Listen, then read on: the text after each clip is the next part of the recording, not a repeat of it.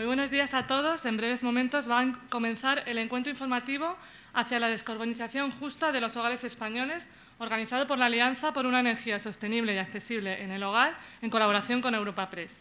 Quiero agradecer en primer lugar a todos los representantes de la Administración presentes, ponentes y presidentes de las organizaciones, así como al público en general, tanto presente en la sala como los que nos estáis siguiendo por streaming, que nos acompañáis en esta jornada.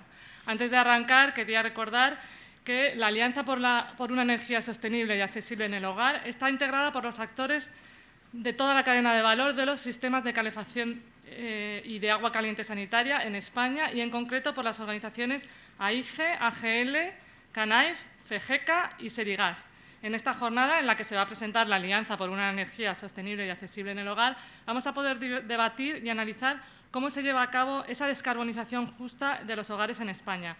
Os recuerdo que España va a tener que transponer dos directivas, la de eficiencia energética en edificios y también la de energías renovables, y queremos saber qué retos suponen esta transposición y especialmente cómo va a afectar a los consumidores y qué mecanismos se pueden activar desde los distintos sectores implicados para ayudarlos. No me quiero extender más porque tenemos un magnífico plantel para tratar esta materia, con representación tanto del Ayuntamiento de Madrid, del Gobierno de España, de la Comisión Europea, de los consumidores y de la Alianza por una Energía Sostenible y Accesible en el Hogar. Vamos a tener una apertura institucional a cargo del Ayuntamiento de Madrid, después la presentación de la Alianza y luego tendremos un panel de debate en el que podremos profundizar en el asunto con representantes del Ministerio de Transición Ecológica, de la Organización de Consumidores y Usuarios y de la Alianza por una Energía Sostenible y Accesible en el Hogar, y estamos esperando también a un ponente del Ministerio de Vivienda. En primer lugar, para inaugurar la jornada, quiero dar la palabra e invitar a subir al atril a Álvaro González, titular del Área de Gobierno de Políticas de Vivienda del Ayuntamiento de Madrid. Cuando quieras.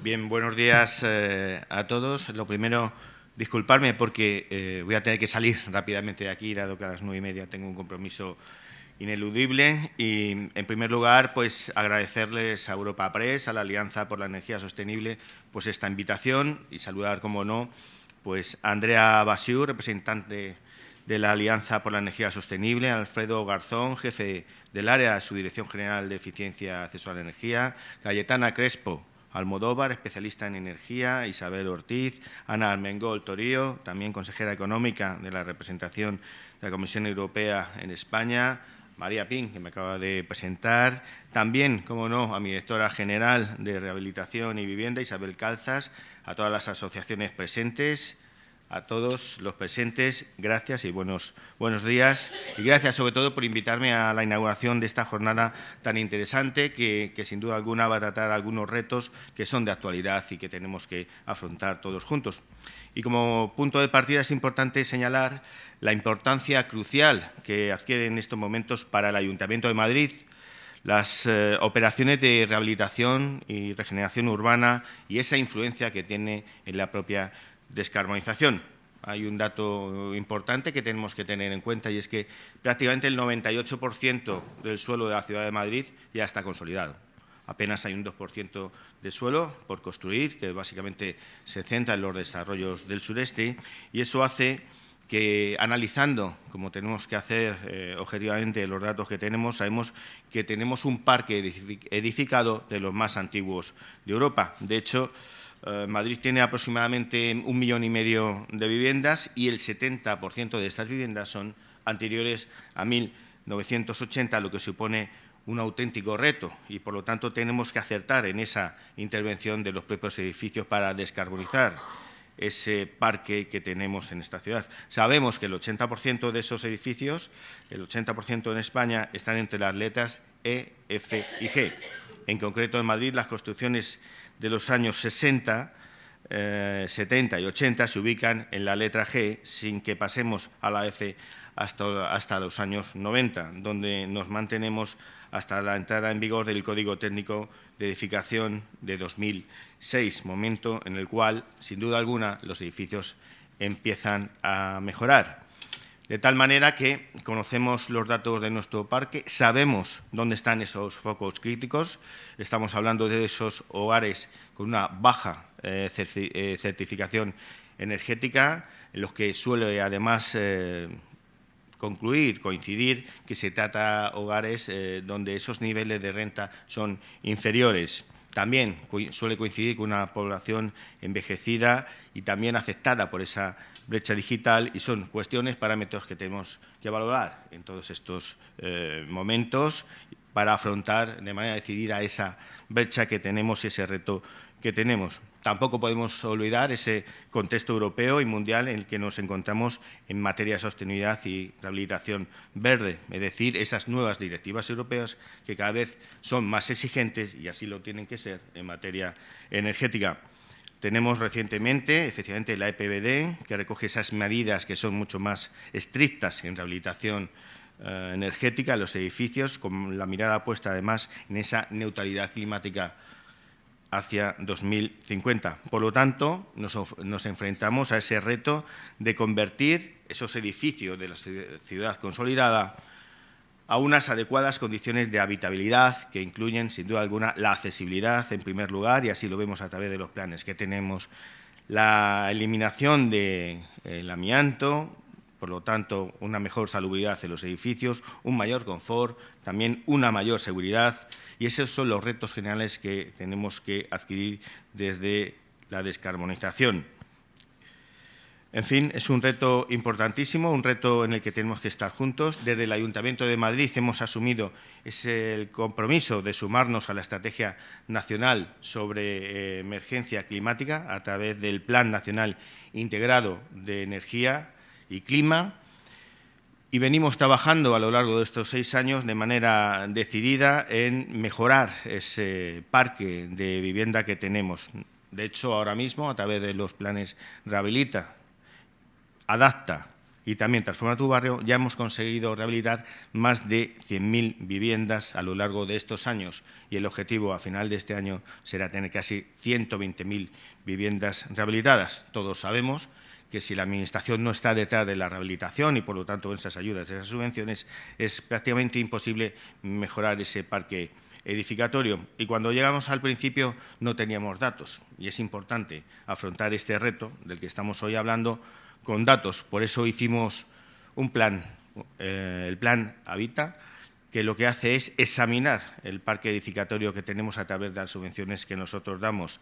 Tenemos un acuerdo con el Instituto Torroja, al cual tengo que darle las gracias por el gran trabajo que está haciendo, de tal manera que estamos haciendo el mayor estudio de monitorización de viviendas que se ha hecho jamás, me atrevo a decirlo, en España. No sé si en Europa, porque allí sería un poco pretencioso, pero sin duda alguna en España sí, ¿no? Estamos hablando de la monitorización de algo más de 200 viviendas. Nunca se ha hecho un estudio semejante, y los primeros datos que tenemos, desde luego, son más que interesantes. A través de estos datos sí sabemos que hemos dejado de emitir anualmente más de 16.200 toneladas de CO2 a la atmósfera de nuestra ciudad. Pero es que además sabemos a través de esos datos que ahorramos anualmente más de 68 millones de kilovatios hora en ese consumo de energía. Por lo tanto, son datos importantísimos, y creemos que esa es la línea en la que tenemos que continuar, rehabilitando, mejorando y regenerando la propia ciudad, porque sin duda alguna los retos que tenemos por delante es la regeneración urbana y la rehabilitación. Y para hacer frente, como decía hace un momento, a todos estos retos, desde el Ayuntamiento de Madrid ideamos esta estrategia Transforma Madrid, que une 3 planes importantes: el Plan Rehabilita, el Plan Adapta, que actúa a nivel de vivienda, sobre todo para ayudar a esas personas que tienen algún tipo de discapacidad, y del cual me siento especialmente orgulloso, y el Transforma tu barrio, que se centra muy especialmente en eliminar el amianto y, por lo tanto, mejorar la salubridad de muchísimas de estas viviendas. De hecho, ya hemos eliminado el amianto de más de 5.000 viviendas, contribuyendo a esa mejora del parque edificatorio. Ahora mismo los datos son así. Hemos invertido más de 301 millones de euros en rehabilitación. Se puede decir que Madrid es la ciudad de España que más invierte en rehabilitación y, por lo tanto, mejorar ese medio ambiente en nuestra propia ciudad y hacerla mucho más amable y mucho más sostenible. También es importante decir que esto es, al final, una colaboración público-privada. En función de estos datos, con esa colaboración público-privada a través de estas subvenciones, hemos conseguido movilizar más de 400 millones de euros y generar también, esto también es importante, más de 6.000 puestos de trabajo al año. Son datos interesantes y datos que aportan y apoyan precisamente de lo que se va a hablar hoy aquí. Por eso vamos a impulsar decididamente pues, lo que son estas construcciones mucho más sostenibles, también esa construcción industrializada que nos va a ayudar a tener vivienda pública, vivienda además mucho más rápida para responder a ese reto que tenemos todo, pero también respetando lo que es la rehabilitación, las señas de nuestra ciudad y la arquitectura que ahora mismo tenemos, que también eso es importante para nosotros, es decir, mantener nuestra propia identidad. Por lo tanto, a lo largo de estos años hemos ido adquiriendo compromisos con los madrileños. En 2022 ya incorporamos un programa específico para cubiertas solares y paneles fotovoltaicos, energías renovables, en este caso también, subvencionadas por el Ayuntamiento de Madrid a través del Plan Rehabilita, igual que en 2023 hemos impulsado activamente ese desarrollo de proyectos de rehabilitación con casi un 90% también que se puede adquirir de estas ayudas en esas reformas. Hay ejemplos significativos que se pueden ver, se pueden comprobar, como es el poblado dirigido de casitas, que es un caso de buenas prácticas que se pone incluso en Europa, donde el 100% de los edificios han conseguido ser rehabilitados y son de un consumo de energía casi mínimo. Yo creo que es un dato importantísimo, pero es que además, precisamente allí en poblado dirigido, vamos a hacer por primera vez, en esa colaboración con las entidades vecinales, esto es importante también, hacer por primera vez una comunidad energética en la ciudad de Madrid. En esa colaboración que estamos teniendo con los vecinos, y dentro de poco daremos un paso ya importante con ellos, vamos a hacer ese proyecto pionero de liderazgo en las energías renovables en el poblado dirigido de Orcasitas, en el barrio de Usera. Yo creo que es por ahí por donde tenemos que caminar, precisamente en esa descarbonización justa de los hogares españoles. Con todas estas iniciativas, yo creo que vamos en la buena dirección para reducir esa pobreza energética, dinamizar también la economía local y esa creación también de empleo en los barrios. No me quiero extender mucho más. Pero bueno, es importante ya, por último, decir que las políticas que estamos desarrollando son importantes en el sentido de que aportan datos que vamos a compartir con todos ustedes, si así lo desean, porque realizamos un seguimiento de cómo esa rehabilitación de los edificios ha mejorado ese confort, pero también ha mejorado la factura de las propias personas que están viviendo y en esos edificios y que, por lo tanto, han ahorrado aproximadamente más de un 50% en su factura. Yo creo que eso es importante y eso lo pueden ver porque lo georreferenciamos también a través de una web que tenemos, un visor de rehabilitación donde se pueden comprobar todos estos datos, que los tenemos abiertos al público y también, por supuesto, a todos ustedes, igual que manejamos esos datos para priorizar la rehabilitación y saber dónde tenemos que actuar de manera más importante. En este caso, en el último plan que hemos sacado, Rehabilita 2025,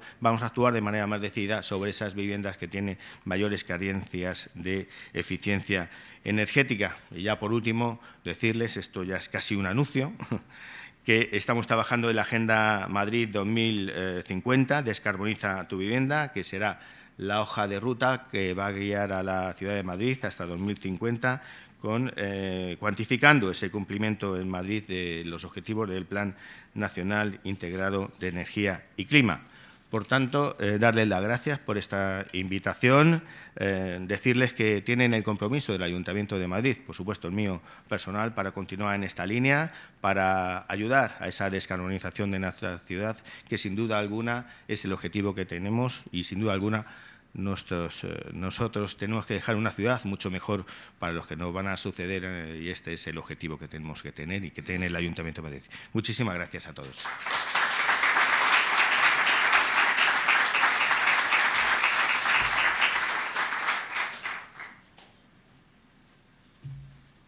Pues Pues muchísimas gracias, Álvaro González, por darnos esa foto del diagnóstico de cómo está el parque de viviendas en Madrid, también de todos los planes que tiene el Ayuntamiento para esa descarbonización justa en los hogares españoles. Deciros también que el cierre correrá a cargo de la Comisión Europea, que no lo he dicho antes, por lo tanto tenemos a todos los actores prácticamente implicados en esta jornada para que podamos debatir sobre la descarbonización justa en los hogares. Pero antes quería dar la palabra e invitar a subir al atril a Andra Bissau, representante de la Alianza por una Energía Sostenible y Justa en el Hogar, que va a presentar precisamente esta alianza. Cuando quieras, Ana.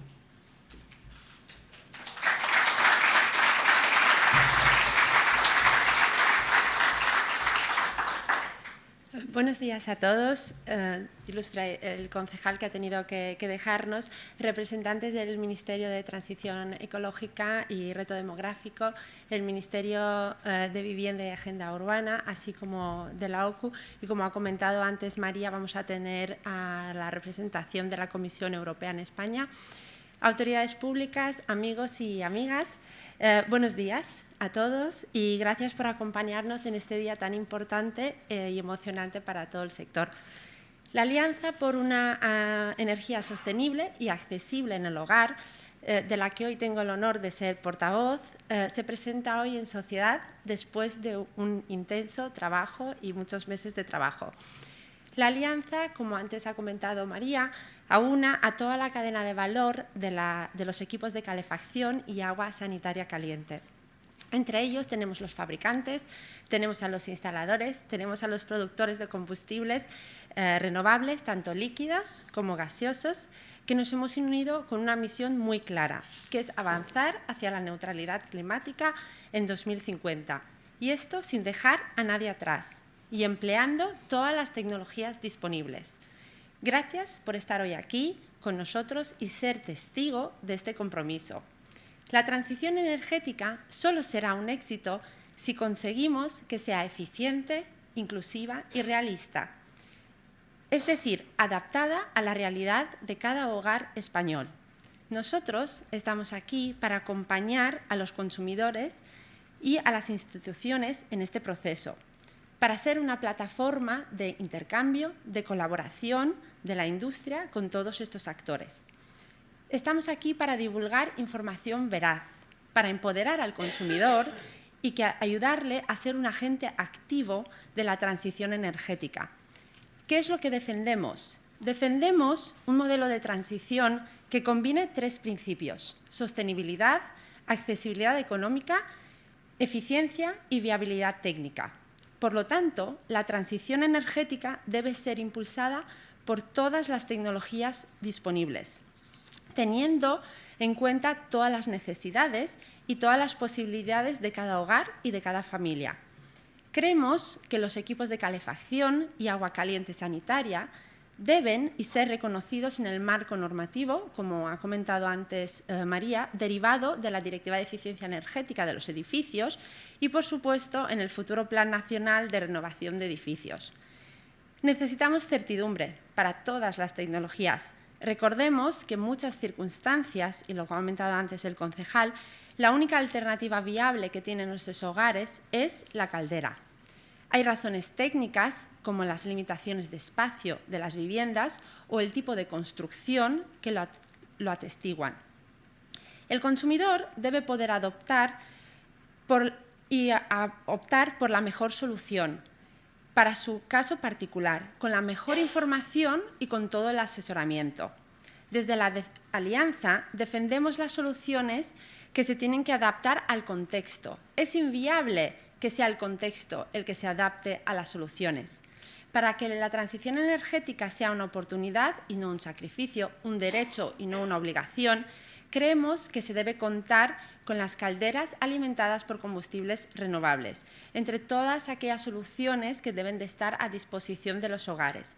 En resumen, más opciones sostenibles, más accesibilidad, información veraz y rigurosidad, todo ello al servicio del ciudadano. Es necesario que tanto la Administración como los consumidores, los ciudadanos y la industria trabajen conjuntamente. Necesitamos, como aquí bien lo pone, una transición eficiente y justa. Y para esto es lo que nace la Alianza, para impulsar un presente y un futuro con energía sostenible y accesible en el hogar. Queremos dar las gracias a los miembros de las asociaciones que forman esta alianza por demostrar que avanzar es posible cuando se hace con consenso, con conocimiento y con responsabilidad. Nuevamente, muchas gracias por acompañarnos hoy.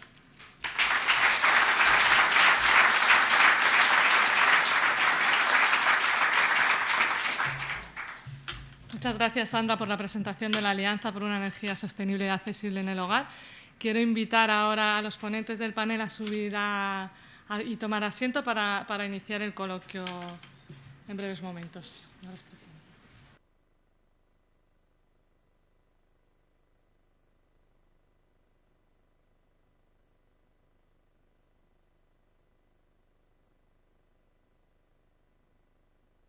Pues bienvenidos a todos. Quiero, en primer lugar, presentaros. A mi lado está Alfredo Garzón, jefe del área... Jefe del área de Subdirección General de Eficiencia y Acceso a la Energía del Ministerio para la Transición Ecológica. Bienvenido y muchas gracias por participar, Alfredo. Gracias. También está con nosotros Ainhoa Díez de Pablo, directora de la División de Innovación y Sostenibilidad en la Edificación del Ministerio de Vivienda. Bienvenida y gracias por participar, Ainhoa. Muchas gracias. También está con nosotros Cayetana Crespo, responsable de Energía de la Organización de Consumidores y Usuarios, OCU. Bienvenida y gracias por participar. Y con nosotros también está Isabel Ortiz, representante de la Alianza por una Energía Sostenible y Accesible en el Hogar. Bienvenida y gracias por participar. Muchísimas gracias, María. Gracias. Bien, pues bueno, una vez hemos visto la presentación de la Alianza, queremos profundizar en cómo podemos llevar a cabo esa descarbonización justa en los hogares. Tenemos unos 50 minutos para debatir sobre ello y me gustaría empezar por Alfredo y Ainhoa, que nos contaseis, bueno, en primer lugar, Alfredo, cómo van esos trabajos de transposición de las directivas y qué plazos estáis manejando desde el Ministerio. Empiezo yo, ¿no? Vale.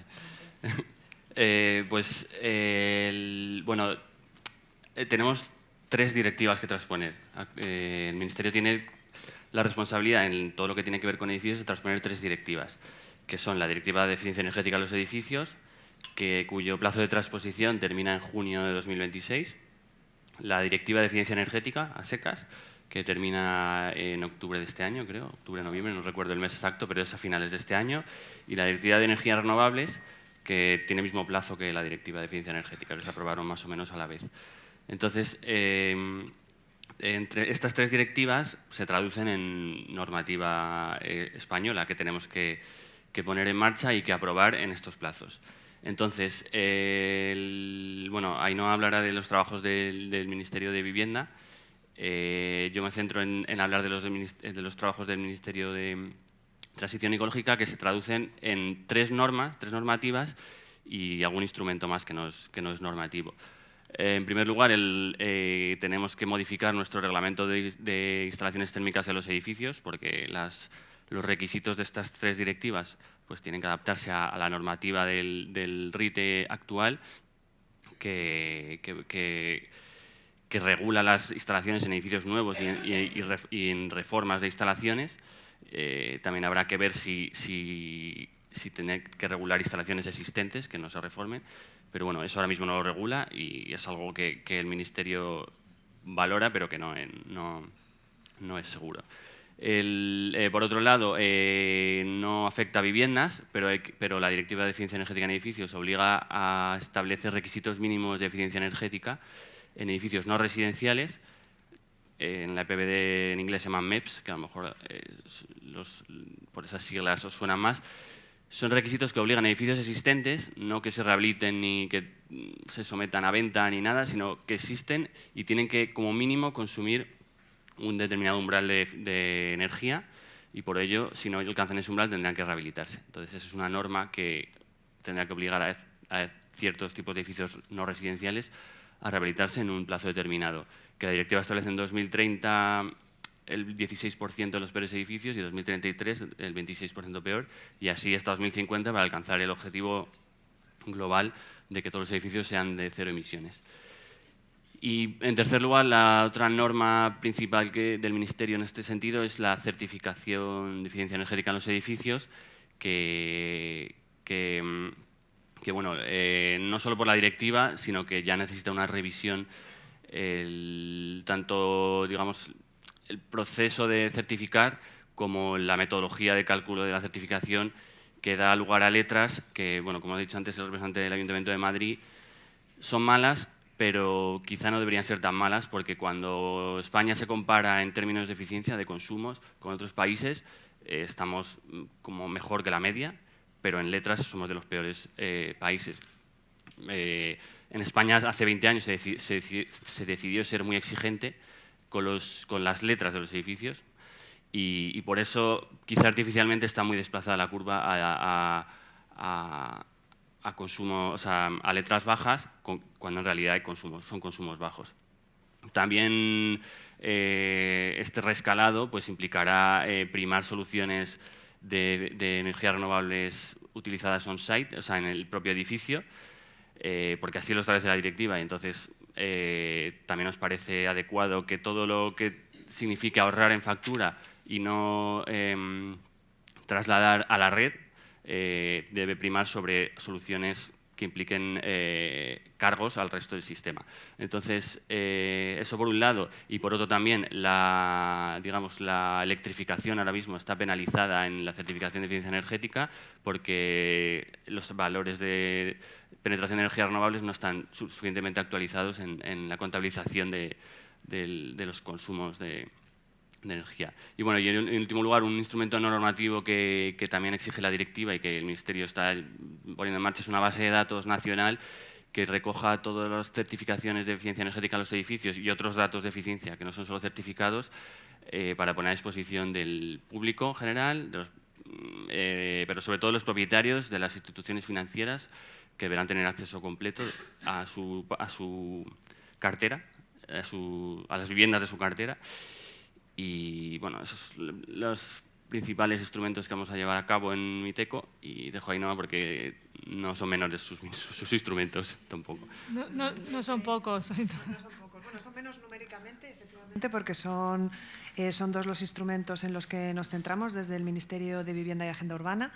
Por una parte, tanto normativo como estratégico. Como instrumento estratégico, que está centrado en los edificios existentes, no aquellos que están siendo objeto de obras por otros motivos, sino en el conjunto del parque, es el que ya habéis mencionado, el Plan Nacional de Renovación de los Edificios. Es una estrategia, aunque se pasa a llamarse plan, porque tiene un cierto mayor nivel de compromiso que las estrategias anteriores, probablemente os suene la última, la RS 2020, pero bueno, sigue siendo un documento estratégico, no un documento normativo, o sea que no establece obligaciones como tal, sino que lleva a cabo un análisis de cómo se encuentra el parque, volviendo al tema anterior de la información, y recoge o acaba plasmando una hoja de ruta de cómo se va a producir la renovación del conjunto del parque, tanto de los edificios residenciales como no residenciales, para que todo el parque sea de cero emisiones en 2050, con unos objetivos más específicos ya marcados por la propia directiva para los primeros años, para 2030, 2033, 2035, y a partir de ahí son los propios Estados miembros los que tienen que marcar esos objetivos. La forma que trata el Plan Nacional de Renovación de los Edificios, la edificación residencial y no residencial, es distinta. La edificación residencial es semejante a la estrategia anterior, a la de 2020, en el sentido de que no se prevén obligaciones como tal, sino que se busca demostrar que las medidas que se propongan permiten reducir el consumo del conjunto del parque en unos determinados porcentajes, pero no implican obligaciones ni siquiera en este nivel estratégico, edificio a edificio, pero para los edificios no residenciales efectivamente se calculan o se modelizan la base de lo que servirá para los MEPs, las normas mínimas de eficiencia energética, que se recogen aquí a nivel de estudio, pero que deberán plasmarse, como comentaba Alfredo, en un documento normativo. Eso por la parte de la edificación existente y los documentos estratégicos, y luego tenemos el gran documento normativo de la obra nueva y la intervención en edificios existentes, que es el Código Técnico de la Edificación. En el código técnico de la edificación se van a llevar a cabo 2 modificaciones del código. Estamos inmersos en la primera modificación, ya se sometió a consulta pública previa y se han analizado las alegaciones recibidas, y se someterá a información pública ya el texto en pocas semanas, durante este verano. Eso se trata, es la primera modificación. Van a ser 2 modificaciones sucesivas que se adaptan a las distintas fechas, los distintos plazos que establece la directiva para cada una de las obligaciones. Y además también esperando, en algunos casos, a que por parte de la Comisión se publiquen los actos delegados o las guías correspondientes para algunas cuestiones que es necesario conocer previamente o que se van a armonizar a nivel europeo y no podemos avanzar a nivel nacional hasta que estén. En la primera modificación, que es en la que estamos ahora, se modifican, derivados de la directiva, se modifica el documento por varios motivos. Hay también cambios en el documento básico de accesibilidad o de incendios, pero esos no se derivan de la directiva. De la directiva se derivan cambios en el documento básico de ahorro de energía, y se crea un nuevo documento básico de sostenibilidad ambiental. En el documento básico de ahorro de energía se va a incluir la definición de edificio de cero emisiones, aunque todavía no va a tener efectos prácticos. Es por un tema de técnica de transposición de la directiva. Lo tendrá en la siguiente modificación de código técnico. También y luego hay otra serie de cambios relativos a unos mínimos de instalación de energía solar, tanto térmica o alternativamente térmica o fotovoltaica, y una reducción del tamaño mínimo con el que entra en el ámbito de aplicación la obligación del porcentaje mínimo de renovables en la energía eléctrica. En el nuevo documento de sostenibilidad ambiental se van a recoger en una de las secciones las obligaciones que ya venían establecidas en la última modificación de código sobre puntos de recarga de vehículos eléctricos, lo único que ampliadas por la directiva, y nuevas obligaciones de plazas de aparcamiento de bicicletas, que es una novedad, no se establecían hasta ahora a nivel de código técnico, aunque sí en algunas ordenanzas municipales. Y en la segunda, esta modificación entrará en vigor, esperemos, antes de mayo de 2026, que es cuando se cumplen los 2 años desde la aprobación de la directiva, y empezaremos directamente con la segunda modificación, en la que fundamentalmente lo que se va a hacer es ya hacer obligatorio el edificio de cero emisiones para todos los edificios nuevos, en 2028 para los públicos y en 2030 para todos los demás.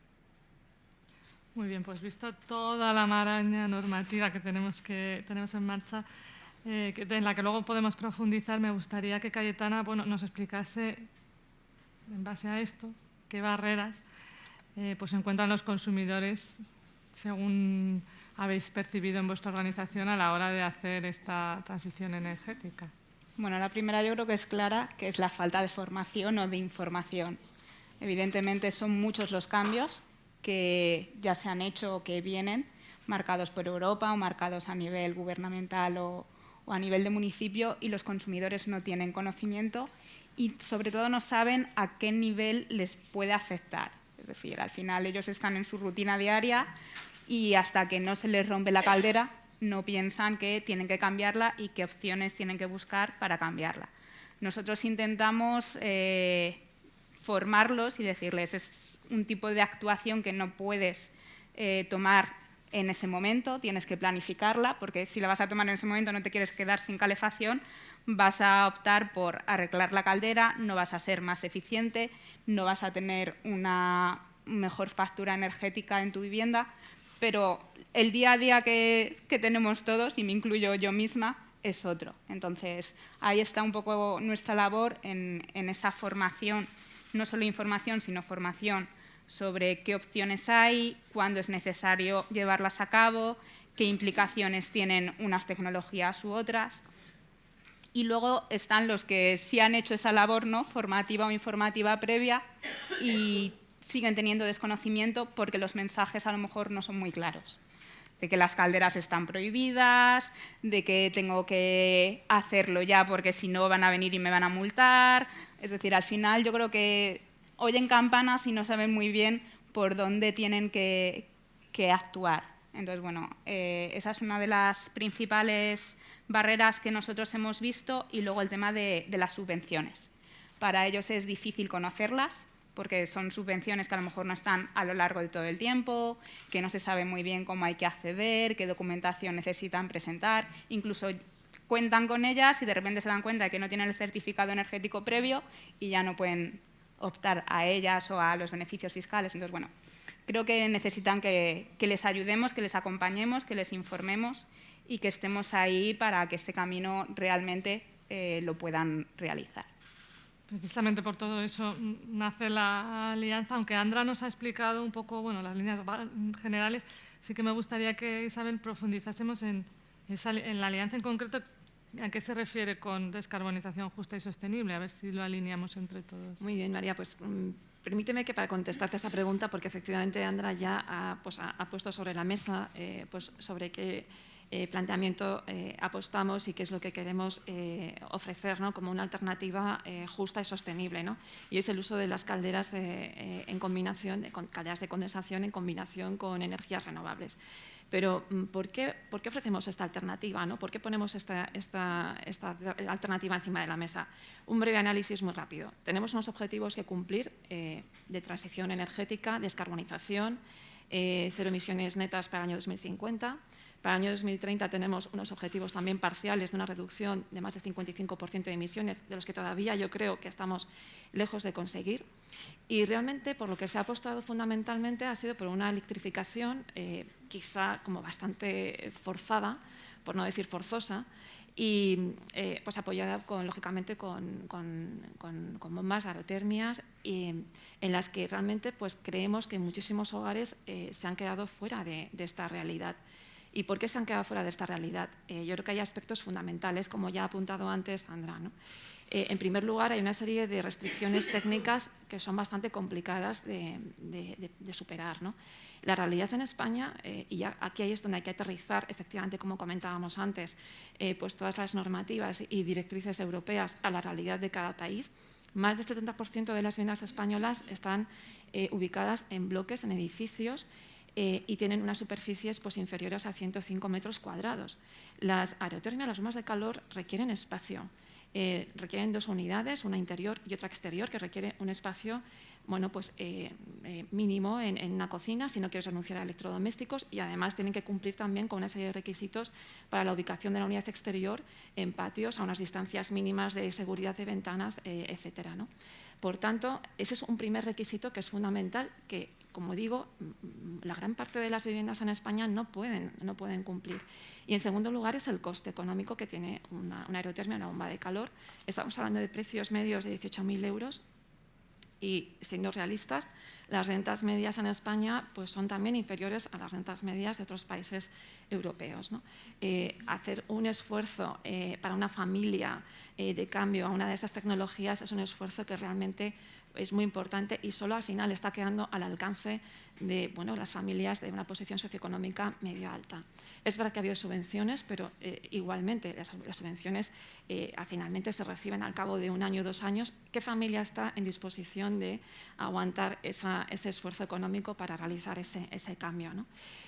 Por tanto, ¿por qué nosotros promovemos o queremos poner encima de la mesa esta energía o esta solución que creemos que es justa y sostenible? En primer lugar, sostenible totalmente porque el uso de combustibles renovables, gases renovables, biometano, biopropano y otros combustibles renovables tienen nulas emisiones en el punto de consumo.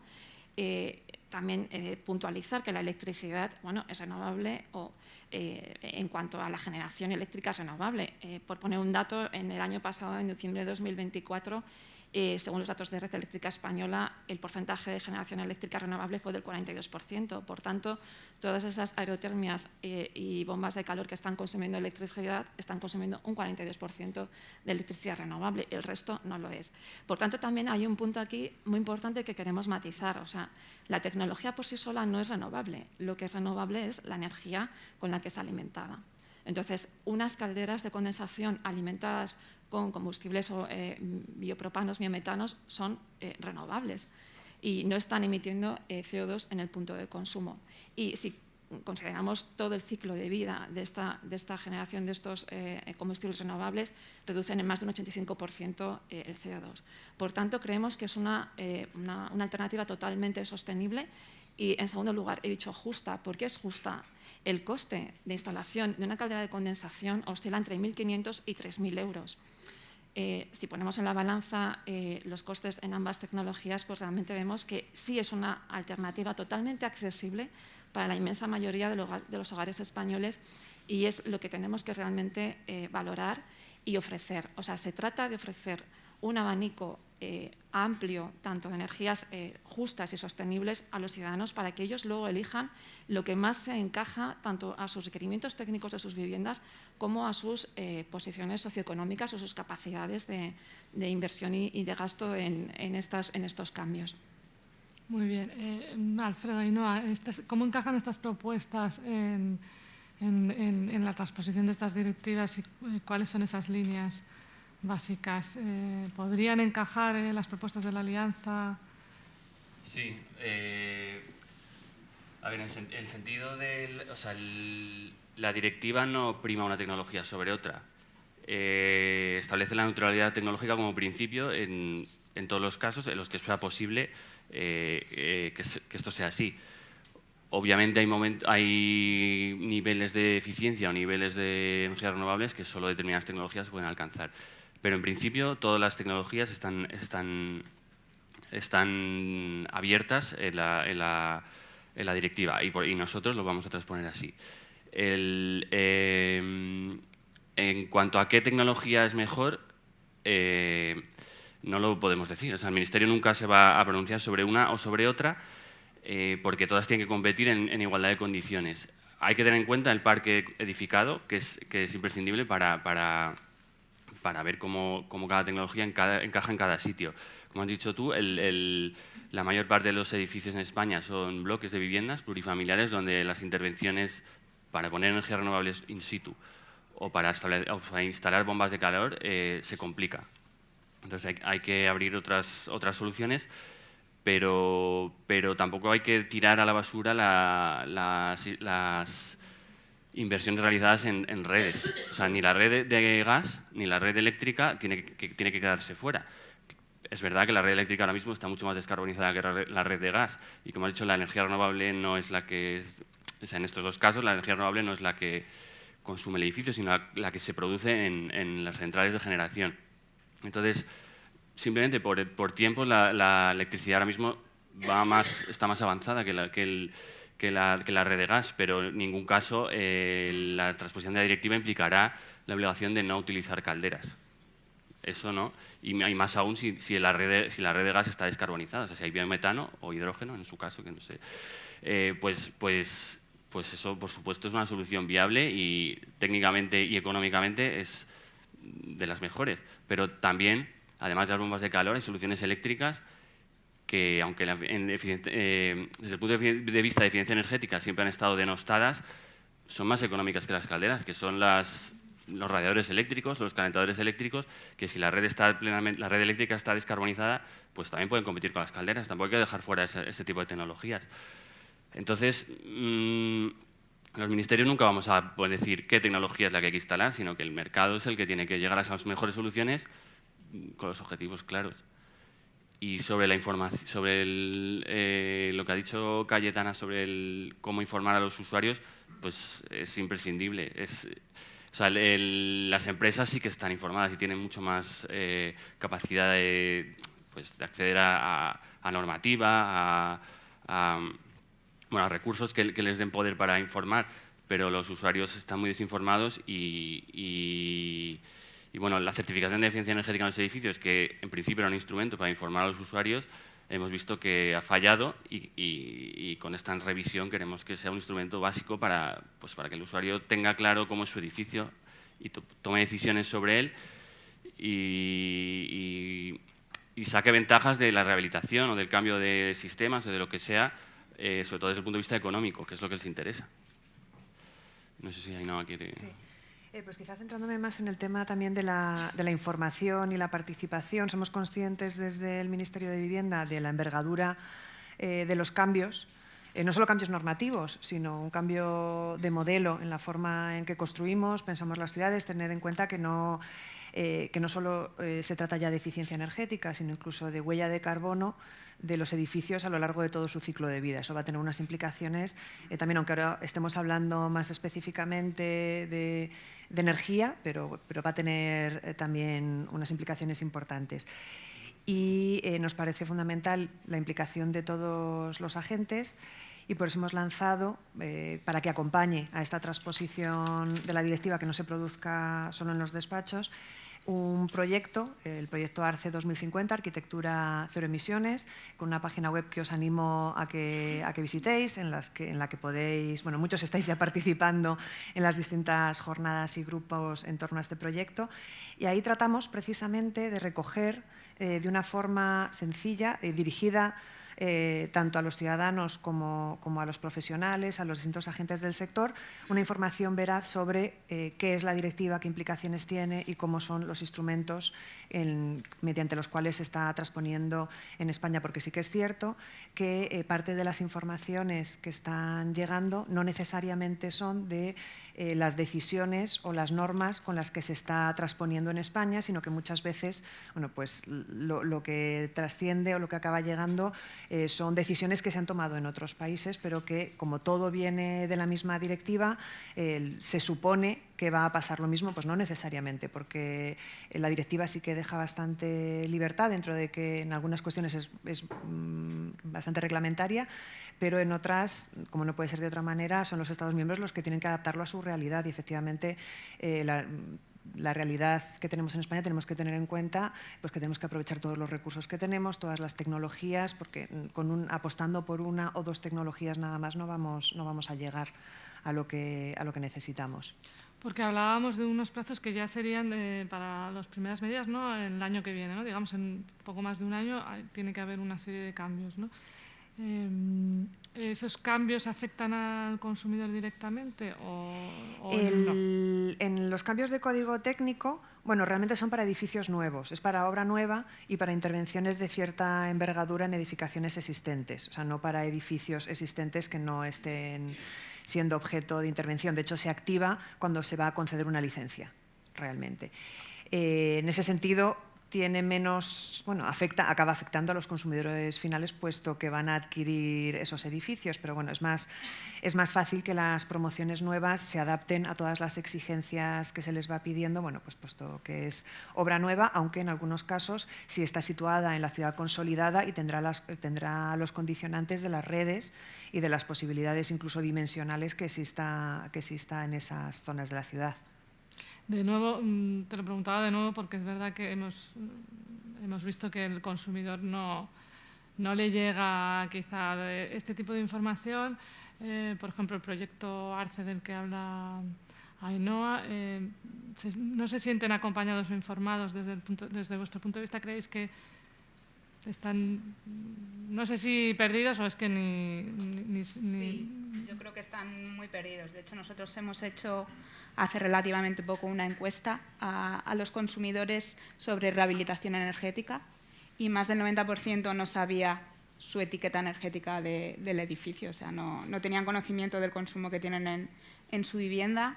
Solo un 6% había solicitado subvenciones, con lo cual eso también evidencia la falta de conocimiento sobre las ayudas disponibles, que al final también es una barrera. Está claro que el desembolso inicial que tiene que hacer una familia, sea para la tecnología que sea, es importante, y si ni siquiera saben que tienen la posibilidad de esas subvenciones al alcance de la mano, pues no van a llegar a realizar ese cambio. Sí que es cierto que hemos notado que hay un poco la concienciación de que hay que tomar medidas relativas a eficiencia energética, sí que están ahí, pero las medidas que tienden a optar son pequeñas medidas, es decir, cambio de iluminación, adopción de electrodomésticos más eficientes. La etiqueta energética de los electrodomésticos es algo que todo el mundo conoce y sabe qué escala es mejor y cuál es peor, a pesar del rescalado de la etiqueta energética, pero no ocurre lo mismo con las viviendas. Entonces, bueno, yo creo que ahí hay mucho camino que recorrer para que se interiorice esa necesidad, igual que ya tienen claro que es mejor comprar un frigorífico de una clase energética A que de uno B, pues que es más eficiente y va a repercutir en su propia factura energética y en su propio bolsillo adoptar otro tipo de tecnologías en cuanto a climatización. Por aterrizar, hemos hablado de calderas, hemos hablado de ¿cómo se llaman? Los que enchufamos de toda la vida, radiadores de toda la vida. Por aterrizar esas tecnologías para el consumidor, desde la Alianza, ¿cuáles son para que cualquier consumidor, yo cualquiera las conozca y sepa cuáles son y que son accesibles, o sea, sostenibles, por supuesto, pero también accesibles? Bueno, nosotros lo que proponíamos, como comentábamos antes, pues era poner encima de la mesa esta alternativa del uso de calderas alimentadas con combustibles o con gases renovables, ¿no? No en vano, pues hay más de 8 millones de equipos ya en España de calefacción y producción de agua caliente sanitaria. Y bueno, pues disponemos, son equipos que ya existen, que realmente, como decía antes Alfredo, no vamos a tirar a la basura toda la información, ¿no? Todas las inversiones y todos los equipos que ya disponen las familias en sus hogares, ¿no? Pero no solamente es eso, es que ya hay una infraestructura muy potente de distribución de gas que está alimentando pues, yo creo que a prácticamente todas las ciudades y poblaciones más de 50.000 habitantes. Realmente es una inversión muy, muy importante que se ha realizado en este país y que es fundamental pues, seguir aprovechando en todo lo que se pueda, pues, por ejemplo, pues, con esta distribución que apuntábamos de biometanos, ¿no? Pero además en las zonas rurales a las que las redes de distribución no llegan, pues ahí efectivamente también pues, están llegando también el resto de compañías suministradoras con otro tipo de energías que también pueden ser energías renovables, gases renovables, pues con la instalación de los depósitos que ya existen y que también igualmente hay que amortizar, ¿no? Entonces, yo creo que todo esto hay que maximizar, hay que sacar todo el beneficio que podamos de ello pues, con esta propuesta combinada de energías, de calderas, de redes que existen y de combustibles renovables. Además, las nuevas calderas de condensación están ya aportando unas eficiencias muy interesantes con una reducción de consumo de más del 30%, que también tenemos que tener en cuenta, con lo cual estamos trabajando totalmente en ello, ¿no? Eficiencia, sostenibilidad, accesibilidad económica y, por último, también apuntar que existen soluciones combinadas, pues soluciones híbridas en las que, bueno, pues si en determinadas circunstancias no es posible una bomba de calor de un determinado tamaño, pues se pueden combinar esas tecnologías híbridas de bombas de calor complementadas con calderas, bueno, pues que también suponen, alimentadas lógicamente con combustibles y gases renovables, que también suponen pues, una alternativa muy interesante a incluir dentro de todo este mix, ¿no? Porque hablabais eso, de la necesidad de que sean sostenibles pero también accesibles. Entonces, desde la Administración, ¿cómo se va a garantizar o cómo se puede garantizar que sea una energía sostenible, accesible? Cayetana decía que, bueno, que las ayudas, que se necesitan ayudas, pero que también es complicado, tanto desde el punto de vista informativo, ¿no?, como de acceder luego a ellas, ¿no? ¿Cómo se está trabajando desde la Administración? Sí, por un lado, es verdad que las ayudas que ha habido hasta ahora, que vienen de los fondos europeos que se han traducido en el PRTR, eran ayudas generalistas que no se focalizaban en colectivos vulnerables, no diferenciaban por grados de renta ni nada, pues son mucho más difíciles de acceder a personas vulnerables, a comunidades vulnerables, porque no tienen esas herramientas para llegar a ello. Entonces, una vez los fondos europeos ya han terminado, digamos, aunque todavía quedan por dar, pero estas grandes ayudas que vienen de ahí han terminado, pues hay nuevos instrumentos que se van a poner en marcha que sí que focalizan más en grupos vulnerables, que necesitan más ayuda económica, que son el Fondo Social para el Clima, que nuestro ministerio gestiona, no mi subdirección en concreto, pero sí nuestro ministerio, que tiene uno de sus apartados, bueno, es para edificios, para transporte y no me acuerdo cuál era la otra pata. Bueno, pero para edificios pone el foco en estos sectores y estará diseñado, bueno, ahora está en un plazo de consulta hubo un plazo de consulta pública, ahora hay un plazo en el que se está recabando información en grupos de trabajo de organizaciones y técnicos. Entonces, el objetivo de estas ayudas es llegar a estos colectivos y poder ayudar en sus rehabilitaciones y en sus cambios de sistemas para que puedan ahorrar en el futuro en la factura y puedan mejorar el nivel de descarbonización de sus edificios. Entonces, estas grandes ayudas es mucha cantidad de dinero. Todavía no tengo ni idea de cómo se va a poner en práctica, pero está esta fase de recabar información para luego sacar a consulta, supongo, los planes de ayuda y que lleguen de aquí a 5 o 6 años, creo que es el plazo. Y luego, por otro lado, también dentro del MITECO se está elaborando la Estrategia Nacional de Pobreza Energética que sustituye a la anterior Estrategia de Pobreza Energética que quiere dar una vuelta a las políticas que se han puesto en marcha, que hasta ahora, bueno, todos conocemos el bono social térmico, el bono social eléctrico, pues que no se queden solo ahí, sino que profundicen pues sobre todo en ayudar a los colectivos vulnerables a rehabilitar. Y luego, para aquellos colectivos no vulnerables, para los hogares, también existe el instrumento de los certificados de ahorro energético, los CAEs, que hasta ahora por su diseño priman actuaciones en industria, en grandes climatizaciones, o sea, no en hogares en concreto, pues nos gustaría que esto se pudiera trasladar a hogares. Entonces estamos viendo cómo hacerlo, porque es verdad que cómo está diseñado no favorece las rehabilitaciones en hogares, o sea, en vivienda a vivienda, sino en grandes actuaciones. Entonces, a lo mejor los agregadores de actuaciones que puedan juntar muchas rehabilitaciones, no solo en un edificio, sino en un barrio y demás, pues pueden ser una solución para que entren dentro de los CAEs y se aprovechen de ellos porque ha tenido un muy buen lanzamiento en otros sectores y creemos que también en viviendas puede tener recorrido. Y para que lo entendamos un poco, o sea, ¿cómo funciona el CAES?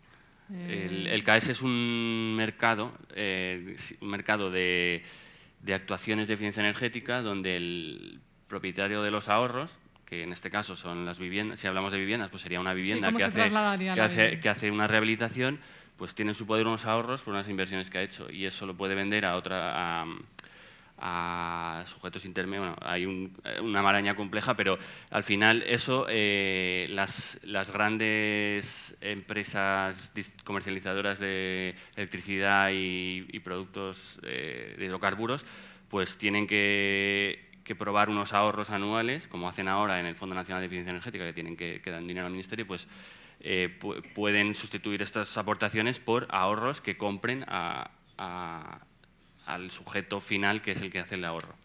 O sea, en este caso las viviendas, o industria, o transporte, o cualquier sector. Pero serían pues, los propios consumidores que hacen actuaciones de rehabilitación o de mejora de sistemas que venden esos ahorros a empresas que luego ya comercializan en un mercado estos ahorros. Bueno, a ver cómo lo podemos trasladar eso al consumidor, pero bueno. Sí, ya se está produciendo en realidad en comunidades de propietarios que están haciendo rehabilitaciones integrales. Es verdad que un cambio de equipo de una vivienda individual, pues al final tampoco consigues tanto ahorro como para que esta gestión, entiendo que te pueda merecer la pena.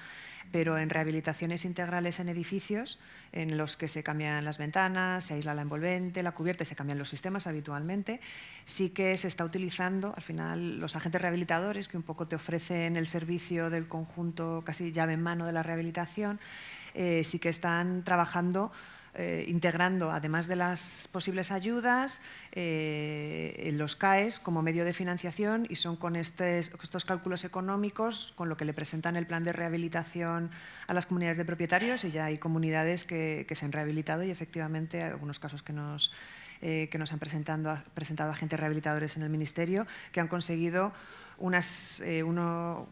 pagar parte de la obra con los CAEs, incluso en algunos casos hasta como ha habido ayudas muy grandes con los fondos del PRTR para la rehabilitación integral, en algunos casos incluso han tenido ganancias el conjunto de la obra. Pero bueno, eso depende mucho de las circunstancias concretas del edificio en el que se esté haciendo la rehabilitación. Cayetana, estas medidas son las que vosotros veis que pueden tener tirón entre los consumidores, pueden ayudar al consumidor. ¿Cómo pueden las administraciones ayudar al consumidor a que esa transición, desde vuestro punto de vista, sea sostenible pero también accesible? Claro.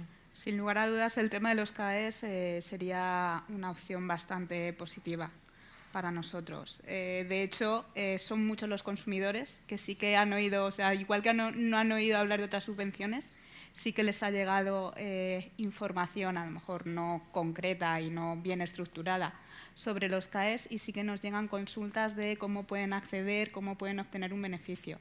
Lo que pasa que es evidente que no están adaptados. Ahí sí que, de hecho, nosotros estamos trabajando para ver si podemos llegar a algún tipo de acuerdo o algún tipo de desarrollo con agregadores para poder dar estas opciones a los consumidores que de otra forma no pueden acceder, porque como decía Ainhoa, para pequeños cambios no es posible porque los ahorros que se obtienen no son suficientes para poder vender en ese mercado, pero sí que si se hace de una forma colectiva, de una forma agrupada, pues obtendrían estos beneficios. Al final eso ayudaría a que no tuviesen que hacer ese desembolso tan grande inicial, obtuviesen unas mejoras en su vivienda de eficiencia, de confort, en su factura energética, y yo creo que también dinamizaría el mercado en general. O sea, yo creo que es una forma muy buena para todos. Y luego nosotros demandamos también no solo ayudas a fondo perdido, sino beneficios fiscales, reducciones en los impuestos de la electricidad, de los gases, ya sean renovables o no, porque al final es lo que le repercute directamente en el bolsillo del consumidor. Entonces, es fundamental no solo que las tecnologías tengan subvenciones, sino también pues, que los impuestos y los beneficios fiscales sean directos para los consumidores.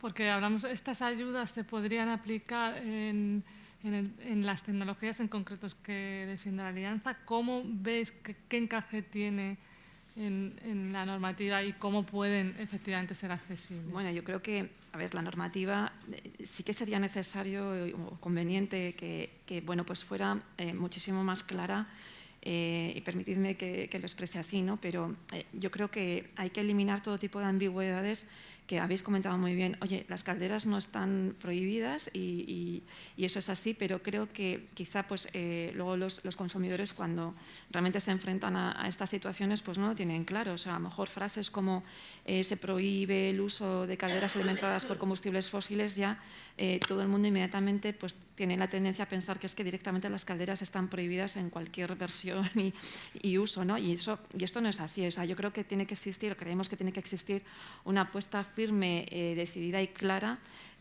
con la alternativa de que las calderas pues alimentadas con energías o gases renovables son realmente totalmente viables, y no solamente eso, sino que se promuevan y se apueste decididamente por ellas como una alternativa más dentro de todo el mix de alternativas que se están ofreciendo a las familias. Y eso es lo que yo creo que es muy, muy importante, que ya digo que no es que efectivamente no es que se esté diciendo que están prohibidas, no, pero tampoco yo creo que está en un terreno como un poco ambiguo y que es necesario clarificar y decir explícitamente pues esa tecnología sí que es factible, se puede apostar por ella y es esencial para avanzar en la descarbonización y alcanzar los objetivos de emisiones netas cero para el año 2050 en todos los hogares, porque no podemos permitirnos que unos se queden fuera de este cambio. O sea, realmente debemos contar con el 100% de los hogares, de las industrias, de los servicios para poder alcanzar los objetivos. O sea, me estarías diciendo que la ley que transponga esta directiva especifique, ¿no? Claramente, o sea, cuáles son todas las tecnologías, en lugar de no decir cuáles están prohibidas, igual cuáles están incluidas. Efectivamente, que se apueste decididamente y de una forma clara y explícita para que no haya ningún lugar a dudas, ¿no? para ninguno de los actores implicados en esta cadena de valor en la que estamos trabajando. No sé a qué nivel de trabajo lleva la transposición de estas directivas, pero no sé si esta letra ya está pensada o todavía estamos en una fase preliminar, que podamos decir, pues se pueden incluir todas estas. ¿Esa es la idea del Ministerio, del Gobierno? Bueno, del Ministerio, más que del Gobierno. Del Es una fase preliminar en el que todavía no está la solución puesta, pero yo, ya es mi opinión personal, por técnica normativa es más eficiente poner negro sobre blanco lo que está prohibido que lo que está permitido, porque ahí haces una lista que te limita, que luego puedes dejar fuera muchas tecnologías si lo haces así. Entonces, es verdad que no tiene que ser ambiguo y tiene que ser claro para dar seguridad jurídica, pero creo que es mejor establecer lo que está prohibido que lo que está permitido. Pero digamos que las tecnologías, como has dicho antes, el criterio es no prohibir tecnologías porque sea una tecnología, sino, en todo caso, prohibir fuentes de energía, pero ya para cumplir los objetivos generales que tenemos que cumplir para transponer las directivas. O sea, se puede prohibir un combustible fósil porque si no, no se cumple con los objetivos de renovables o de eficiencia energética o otros objetivos que hay en las directivas, pero no puedes prohibir la tecnología. O sea, la caldera como tal no puedes prohibirla. De hecho, es que yo creo que si la prohíbes así, pues someterte a un proceso judicial general y que lo pierdes, ¿no? Es porque estás cerrando una tecnología que puede ser renovable. Sí, aquí partimos también de la base que estábamos hablando, ¿no? De que a veces llega al consumidor final pues, lo que se está haciendo en otros países, y esto es con lo que se queda el consumidor en lugar de lo que se está haciendo en España, porque todavía es un proceso que está abierto, ¿no? Y bueno, un matiz, y en realidad ya se está haciendo. O sea, no se prohíbe un combustible fósil, pero en el Código Técnico de Planificación, cuando las obligaciones para edificios nuevos, el nivel de exigencia que se establece, en la práctica elimina tecnologías. Pero aunque no esté escrito la tecnología eliminada, esa exigencia que no es por capricho, sino es para cumplir el objetivo general, pues ya limita tecnologías, pero no por la vía de prohibición de tecnología completa, sino por el objetivo general.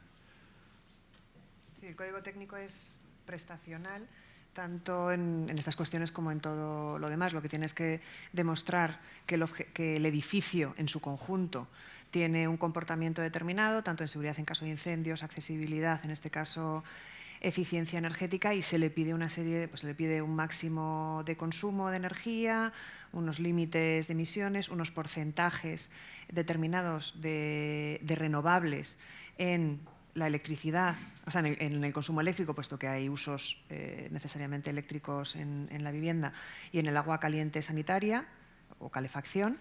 Pero luego la tecnología con la que se logren estos porcentajes de renovables puede ser cualquiera, pero efectivamente tiene que demostrarse que la energía o la fuente de energía que está nutriendo esa tecnología en ese porcentaje es renovable.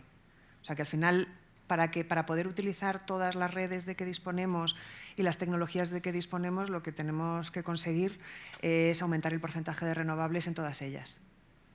Y todo esto, porque también hablábamos de la desinformación del consumidor, el proyecto ARCE ayuda de alguna manera al consumidor final, porque entiendo que las organizaciones sí que están tienen más medios, más recursos y además están más interesadas en estar informadas. Pero al consumidor final, ¿cómo le llega el proyecto ARCE? Yo creo que el proyecto le llega a través de asociaciones o por ejemplo, de asociaciones como ECODES, u otras que trabajan con las situaciones de pobreza energética, también a través de los profesionales. Trabajamos mucho con los colegios profesionales, los colegios de administradores de fincas, por ejemplo, que es fundamental el papel que pueden desempeñar en las comunidades de propietarios. Entonces, si conseguimos que estos actores o los agentes rehabilitadores, las propias entidades financieras que están participando mucho en el proyecto y que están también empezando a conocer más de cómo es la financiación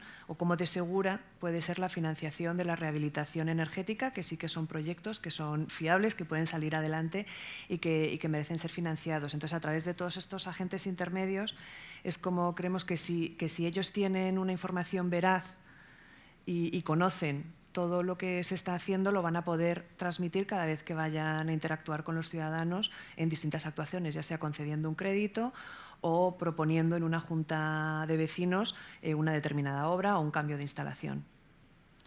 Es que os quería preguntar, Ainhoa ya nos lo ha respondido, os quería preguntar a los demás qué se puede hacer para informar al ciudadano, porque es verdad que los que sabéis mucho del tema, pero igual para el consumidor general es un poco ardua.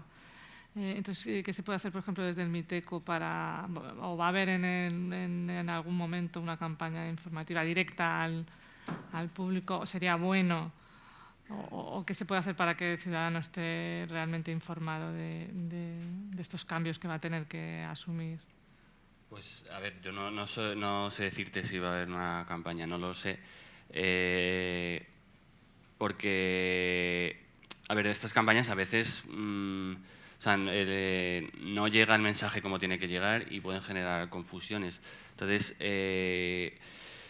¿o qué recomendáis para sí, que el consumidor creemos esté que, informado? como ha dicho Cayetana, las etiquetas de electrodomésticos que funcionan muy bien, pues a lo mejor porque su vida útil es más pequeña, entonces los usuarios van a la tienda más y lo manejan más, pues es un instrumento muy bueno para valorar la compra y mejorar la eficiencia energética del producto en concreto. En el caso de los edificios, su traducción es el certificado de eficiencia energética de los edificios, que como es una compra que se hace una vez en la vida o un alquiler, no se maneja con esa asiduidad y entonces no se está familiarizado. Entonces, a pesar de todo, es un buen instrumento que hay que revisarlo y que estamos revisando, que tú has dicho que nadie, o sea, si se pregunta, no se conoce cuál es el certificado de eficiencia energética de las casas.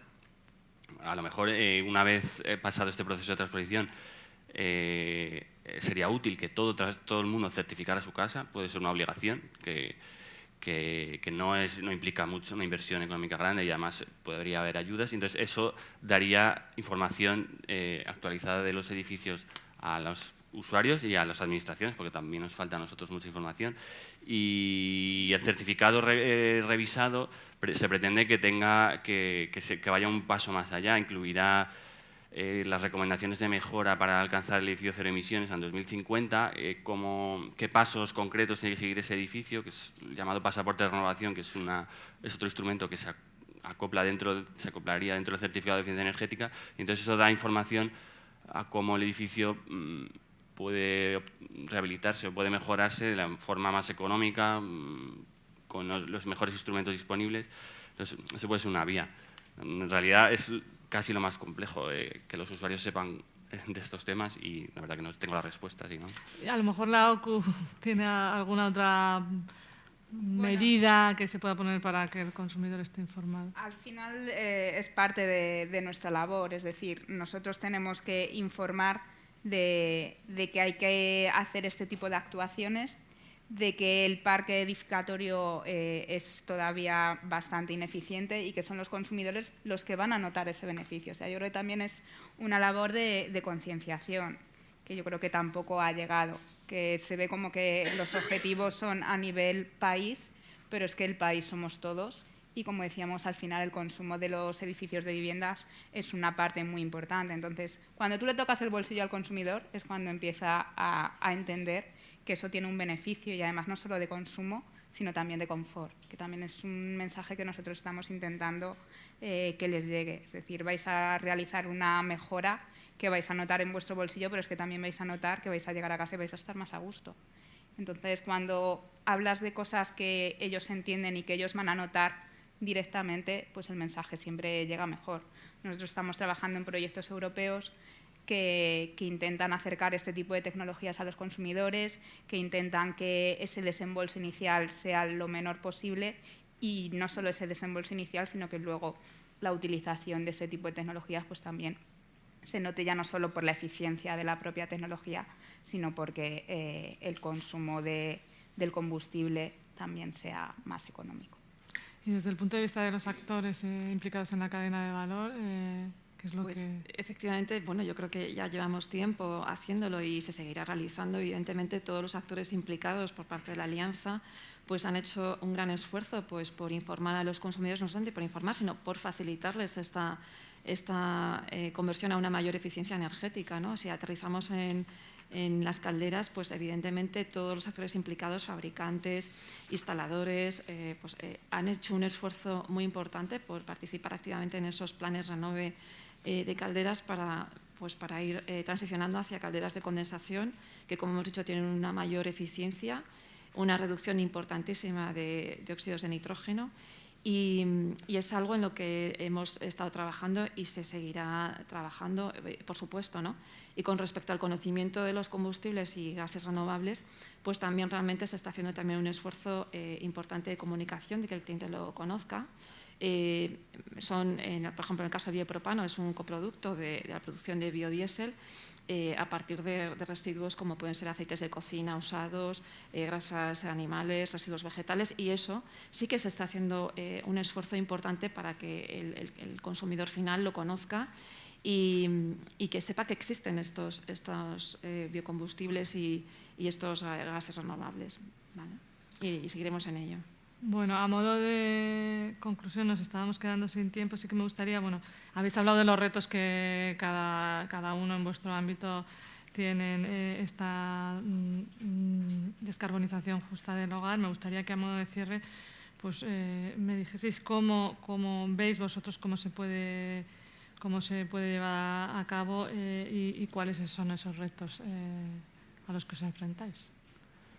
Pues, bueno, desde el punto de vista del MINTECO, el mayor reto que tenemos es traducir todas estas obligaciones generales en cosas concretas, en aterrizarlo en una normativa concreta, que esa normativa sea útil para lograr los objetivos, que sea buena para los usuarios y para las empresas, o sea, que al final no solo implique una descarbonización de los edificios, sino que se traduzca en ahorros económicos, que es lo que le interesa a los...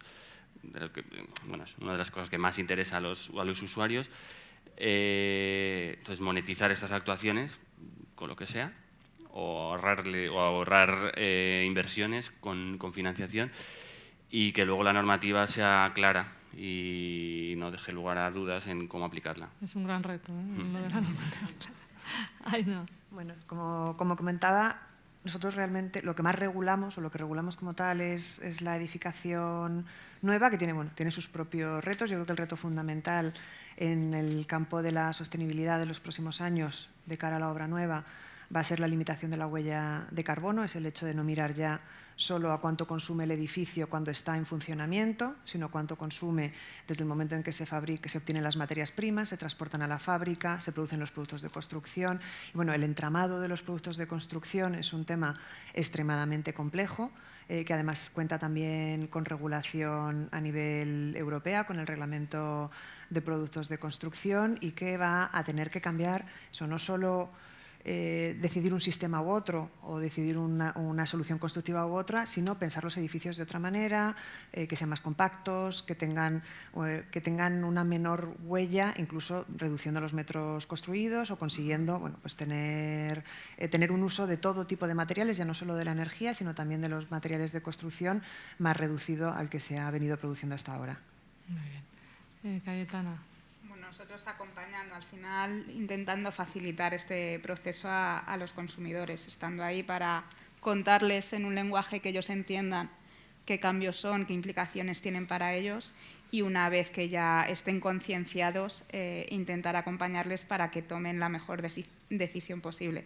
Nosotros siempre recomendamos que se pidan presupuestos no por precio, sino también por comparar soluciones y tecnologías. Nosotros creemos que, como decía antes Sandra, tiene que ser una solución individual para cada consumidor en el que tenga la disponibilidad de todas las tecnologías y todas las opciones al alcance de su mano. Pues para cerrar, Isabel, ¿cuáles son los retos y cómo se puede acompañar? Bueno, pues yo creo que teníamos un reto que era realmente pues el poder trabajar de una forma totalmente coordinada, ¿no? y alineada pues todas las partes implicadas en la descarbonización de los hogares, y que creo que con esta mesa redonda, a mi modo de ver, creo que se ha alcanzado en gran medida, ¿no?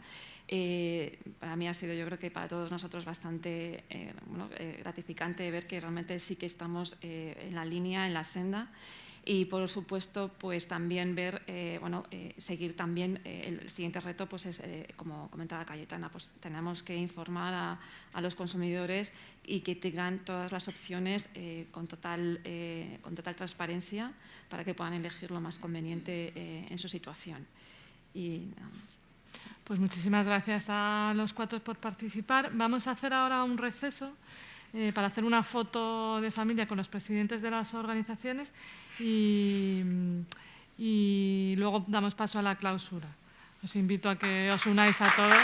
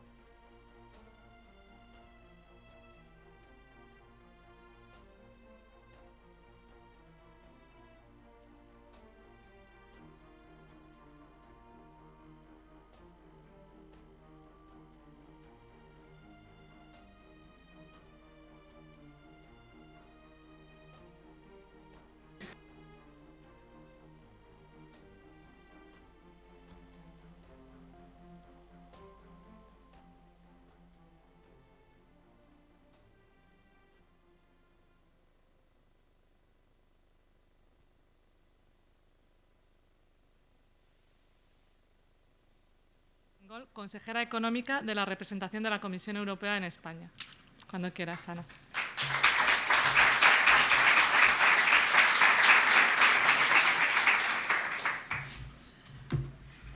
Buenos días a todos y gracias a la organización por invitarme y por pues, dar esos minutos finales de conclusión en una sesión muy interesante, un panel en el que he estado apuntando desde el minuto 0 todas las conclusiones. Claro, tenemos un reto por delante y en realidad lo que voy a presentaros ahora es un poco la visión general. Vamos a subir un poco el nivel, vamos a hablar un poco de los fondos que tenemos encima de la mesa, de todo lo que han conseguido y lo que queda por delante. Porque claro, luego el gran reto, que yo creo que es el que ha quedado claro tanto en el panel como en las conclusiones de las distintas autoridades y asociaciones y administraciones, es que al final, tal y como ha dicho el representante del MITECO, pues traducir esas obligaciones en elementos concretos. Pues un poco para nosotros también a nivel de fondos europeos, la visión que os voy a dar hoy es, bueno, tenemos ese dinero encima de la mesa y luego el trabajo de las administraciones públicas, tanto nacionales como regionales como locales, va a ser traducir esa masa de dinero en acciones concretas que puedan ayudar pues, a esa descarbonización en todos los hogares españoles. Empezando por el PRTR, los fondos NextGen, que como sabéis publicamos una comunicación el 4 de junio, fruto del proceso de semestre europeo en el que nosotros hacemos, pues, como siempre digo, una foto finish de qué está pasando en España a nivel consolidado y recomendamos unas cosas por parte de la Comisión para que el Consejo pues, dé lo que ya las recomendaciones de país de España. Pues justo el tema de vivienda ha sido una de las recomendaciones de país que ha recibido España desde el 4 de junio, sobre todo porque esas recomendaciones en 2 años lo que van a implicar es pues, intentar hacer un aumento de la oferta o solucionar los elementos de la oferta más allá de la demanda. Ese es el primer punto que yo creo que a nivel de vivienda quería comentar, más allá del elemento de descarbonización, pero bueno, sabiendo que nosotros estamos promoviendo pues, la acción por parte del Estado en una ampliación o en una solución por parte de la oferta que pueda hacer que el suelo sea más más fácil poder construir, pues ese elemento entendemos que también va a ir mano a mano, porque mayor construcción va a ser mayor descarbonización de las viviendas españolas. Pues con esa comunicación, con esa publicación el 4 de junio, nosotros lo que propusimos también es una comunicación del final de los fondos del PRTR. No está todo todavía asignado, pero es verdad que la parte de rehabilitación energética hay muchos elementos que ya están ya finalizados o en proceso ya está todo asignado y está en proceso de ejecución.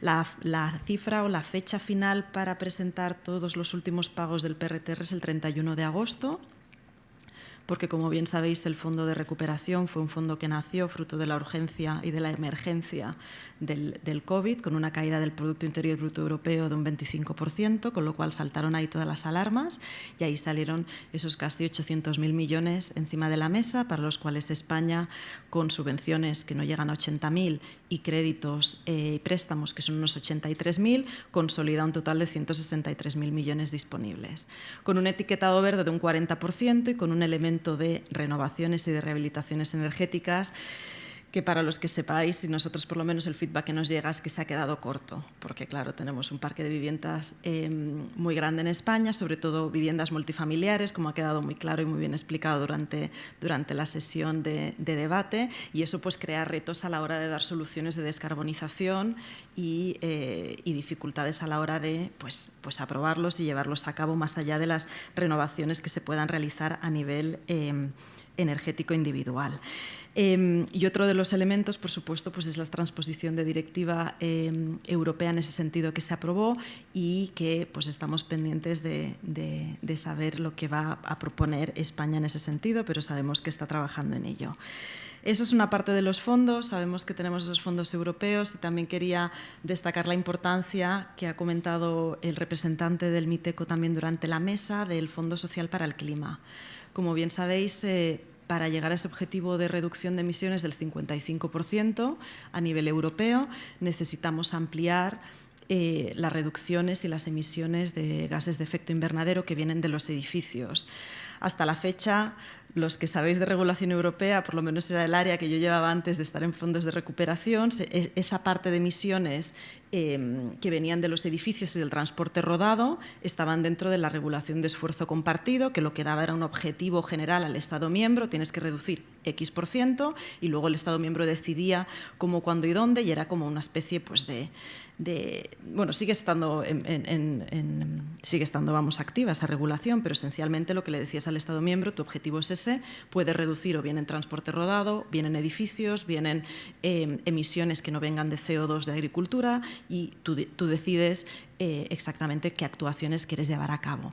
Pero con eso no llegábamos al 55%. Entonces, la primera legislación de Van der Leyen, con ese Pacto Verde Europeo, que muchos de vosotros ya conocéis seguro mejor que yo, lo que intentó es llegar cómo aumentamos esos 15 puntos porcentuales, de ese 40 a ese 55.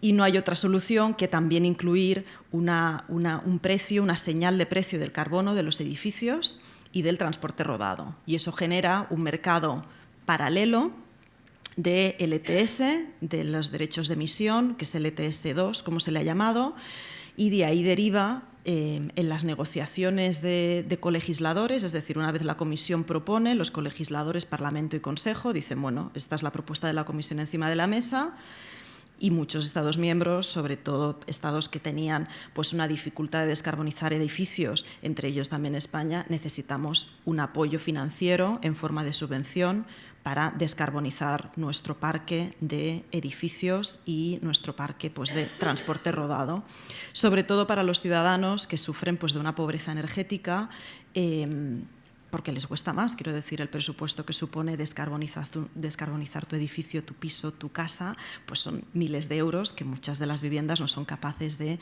llevar a cabo. Entonces, fruto de esa negociación, se creó ese Fondo Social para el Clima con un consolidado de subvenciones en el que uno de los grandes beneficiados es España, un total de 60.000 millones de euros en consolidado, con un 25% de contribución de los Estados miembros.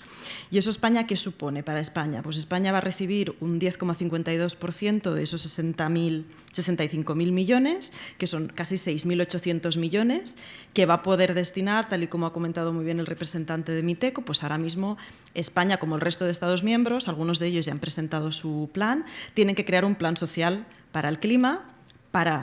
El target son los ciudadanos que sufren de pobreza energética, que eso también implica una definición de cuáles son esos ciudadanos, cómo defino yo como Estado miembro esos ciudadanos que están en pobreza energética y cómo les localizo, porque como ha quedado muy claro, les cuesta más llegar a ese tipo de posibilidades de subvenciones para descarbonizar sus hogares. Y ese es el trabajo que ahora mismo están trabajando la mayoría de Estados miembros. Tenemos ya algún Estado miembro que ha presentado algún borrador de ese Plan Social para el Clima y la idea, como sabéis, siempre nosotros trabajamos con fechas de presentación, es el 30 de junio. Sabemos que España ya se ha puesto las pilas en eso, está trabajando en ello, con lo cual esperamos que en breve podamos recibir ese plan social para el clima, que va a ser, el objetivo claro va a ser un plan de acción concreto para atribuir esos 6.800 millones de euros en subvenciones a los ciudadanos que sufren de pobreza energética, con una definición de quién es ese ciudadano y actuaciones concretas que pueden cubrir. Hay un articulado específico de la regulación que crea ese plan social para el clima, ese Fondo Social para el Clima, en el que se incluyen claramente edificios, renovaciones energéticas, cambios de calderas y también siguiendo el principio de DNSH, que como bien sabéis los que habéis trabajado en el PRTR, es uno de los elementos que va a entrar también en el Fondo Social para el Clima para tener en cuenta que seguimos en ese camino de descarbonización. Entonces, ese Fondo Social para el Clima va a tener la pinta de un plan de recuperación en versión muy reducida, atribuyendo esos 6.800 millones de euros para esos sectores del ETS2, que son edificios y transporte rodado, y focalizándonos en sector en ciudadanos en situación de pobreza energética y tenemos que ver a ver qué sale de ahí. Pero bueno, creo que es una parte importante saber que va a haber más fondos destinados a eso y que luego será ver cómo se traduce esa cantidad de dinero atribuida, que puede empezar a ser efectiva ya a partir del año que viene, una vez la Comisión Europea dé la luz verde a esos fondos, y ponerlo encima de la mesa para que se traduzca a nivel nacional para los retos que tenemos por delante. Y no quería dejar de mencionar también la importancia de la propuesta un poco también mirando a futuro, elementos de financiación, que yo creo que puede ser una de las partes que puedo contribuir a la sesión de hoy. A mediados de julio, la Comisión Europea va a proponer el próximo presupuesto plurianual.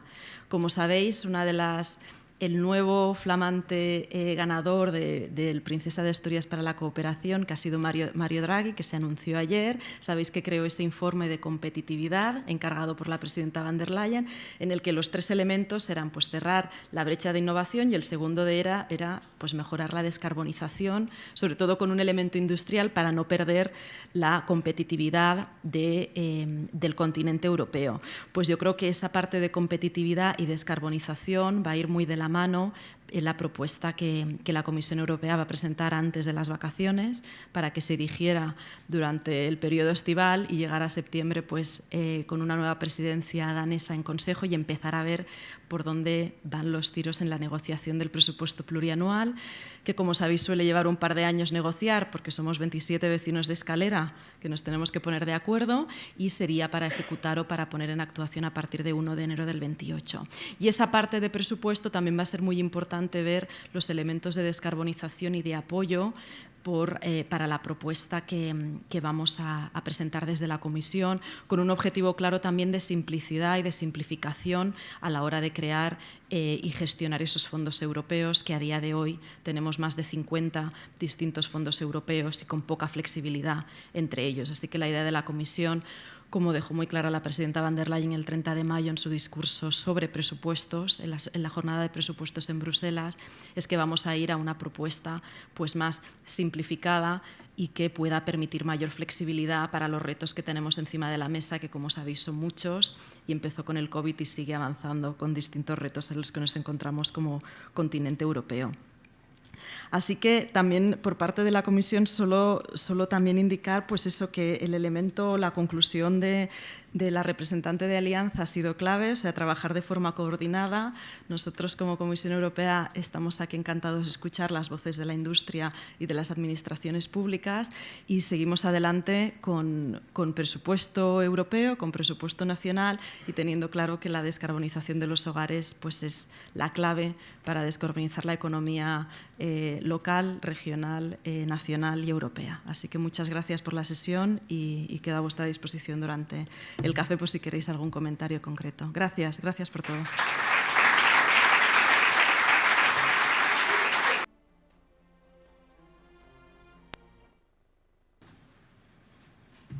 Pues muchas gracias, consejera Ana Armengol, por clausurar la jornada. De nuevo, muchísimas gracias a todos por participar y asistir a esta jornada en la que se ha presentado la Alianza por una energía sostenible y accesible en el hogar, que conforman los actores de la cadena de valor de los sistemas de calefacción y agua sanitaria y que aboga por que se tengan en cuenta todas las energías disponibles, desde combustibles líquidos a gases renovables al resto de tecnologías que se han mencionado en esta jornada. Damos por cerrada la jornada y hasta la próxima. Muchísimas gracias.